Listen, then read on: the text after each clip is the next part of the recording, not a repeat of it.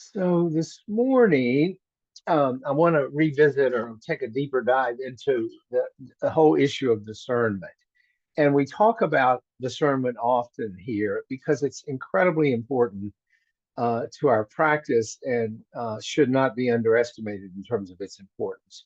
The Pali word panya, Panna, translates both as discernment and wisdom. So they sort of get lumped together, which I think makes a lot of sense. I'll try to make that case in a few minutes. But discernment holds a central role in Buddhist practice and in Buddhist philosophy. Another way to think about it, just to show you the importance of it, is it's really the insight when we talk about insight meditation or vipassana. Um, that's really what I think that term insight is alluding to, because it's the ability to see things as they truly are, free from distortions, free from ignorance, free from delusion. It's found through various practices and teachings in Buddhism. But it's not just an intellectual understanding. There's certainly an intellectual component. Rather, it's a profound intuitive insight into the clear nature of reality. Let me repeat that. A profound intuitive, not intellectual, intuitive insight into the clear nature of reality, which means it guides us to see things like impermanence, suffering, and the non-self nature of who we are. And as you will remember, those three things, impermanence, dukkha, and non-self, are the three marks of existence that the Buddha taught. They're fundamental to the Buddhist path, and discernment is essential to understanding and seeing those three marks of existence. So, with that little bit of background, how do we go about developing discernment? Well, simply put, we do it through a combination of both practices and the teachings that we talked about on Saturday. We talked about that balance on Saturday between practice and study of the Dharma, or at least availing ourselves of the teachings of the Dharma. And these include things like the cultivation of ethical conduct, the practice of mental discipline with our meditation, and the wisdom we get from the teachings and the overall practice. So we have those three sort of legs of the stool: ethical conduct, mental discipline, and wisdom. The specific tools include, I'll go through these one at a time.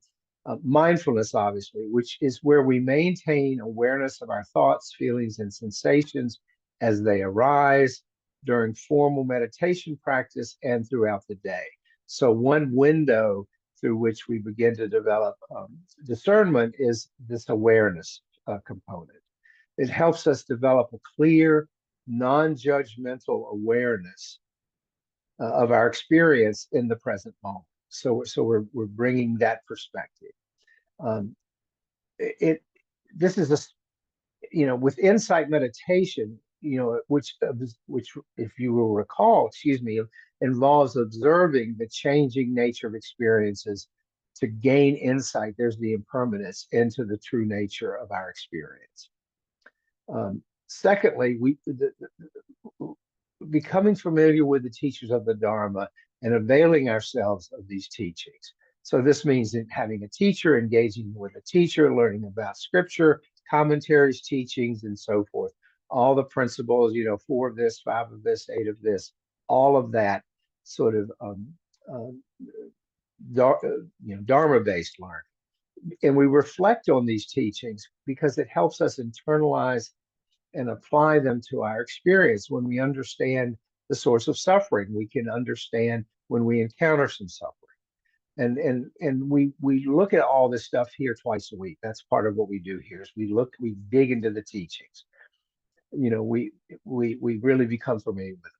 The third component is we immerse ourselves in the 2 wisdom components. Remember, there's 3 categories of the Eightfold Path. There's the ethical grouping basket, there's the concentration basket, and then there's the wisdom basket. And the 2 aspects of the Eightfold Path and the wisdom basket are right view, seeing things clearly, not as we want them to be, and right intention, setting an intention to follow this path. Right view involves understanding the Four Noble Truths. Right intention involves cultivating thoughts of renunciation, goodwill, and harmlessness. So, with that, those practices, how do we sort of bring this into our daily lives? Well, we see the development of discernment both as a goal and as a means. And here, what I'm saying is that it informs our ethical decisions, it guides our meditation practice, and it ultimately leads us to freedom from suffering. So it's both discernment is both a goal and is a means to that goal. And in practical terms, this means things like ethical living, applying discernment to distinguish between wholesome and unwholesome actions. We bring discernment. Is this decision I'm making, is this act I'm getting ready to engage in wholesome or unwholesome? So it's very important in terms of our ethical discernment. And it leads us to make choices that result in beneficial outcomes and avoid harm. So the ethical part of discernment, beneficial outcomes and avoiding harm. With regard to meditative insights, discernment allows us to see through the superficial, sort of surface level of thoughts and emotions, recognizing instead their impermanent and insubstantial nature. I'm going to be talking about this next time, but that our thoughts are just stories, as we talk about often. They're not the absolute truth.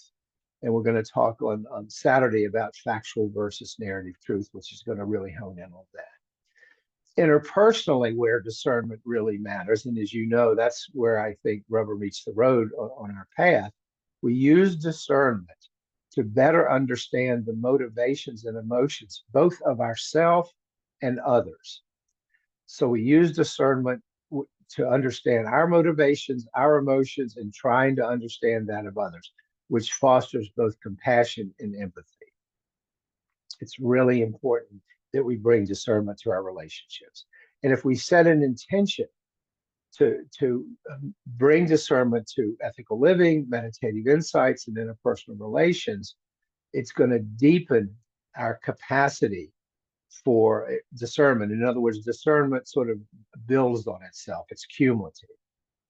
Now, keeping in mind that both Sangha and a teacher play a vital role in this cultivation, because it's a way of putting up the guidepost. This is where we get guidance, this is where we get support, this is where we get corrective feedback, which helps us avoid the pitfalls and deepens our understanding.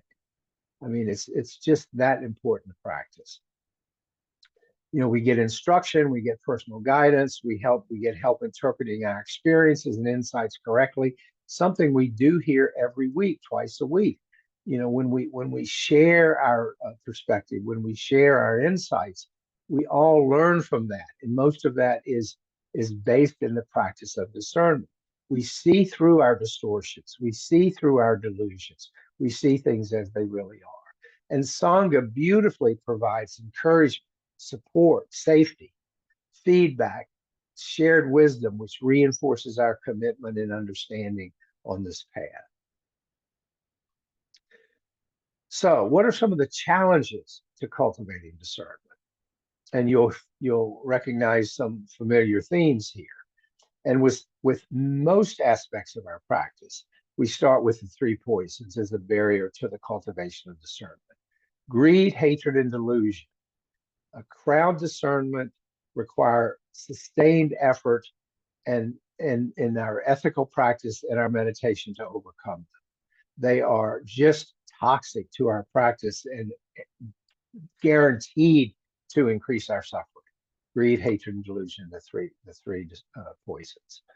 Misunderstanding, and here I'm talking about trying to just approach the Dharma intellectually without any experiential insight can just create confusion. I mean, people say to me, well, it sort of makes sense, but I'm not sure I really get it, or it doesn't really resonate. I mean, that's usually a sign that there's just the intellectual grasp of the teaching. Yes, we need to understand it intellectually, but it's at the end of the day an intuitive experiential process. because true discernment arises from direct personal experience, not from just sitting down and reading a book. So misunderstanding is the second barrier, the first being the three poisons. The third is what I call distractions. All the distractions in our modern world can impede this development of focused awareness that we need for deep insight and discernment. Our phones, our screens, our media, our, the whole panoply of distractions that exist in our world. And discernment helps lead us into a refuge from all that noise, all that busyness. It's an essential quality in the midst of all that for reducing our suffering, the suffering that comes from getting hooked into all these distractions, because what's going to help us see clearly, as I said, free from the distortions of ignorance and delusion. So by practicing mindfulness, meditation, ethical conduct, engaging with the teachings, we developed the discernment needed to navigate this path, which means greater freedom and less suffering.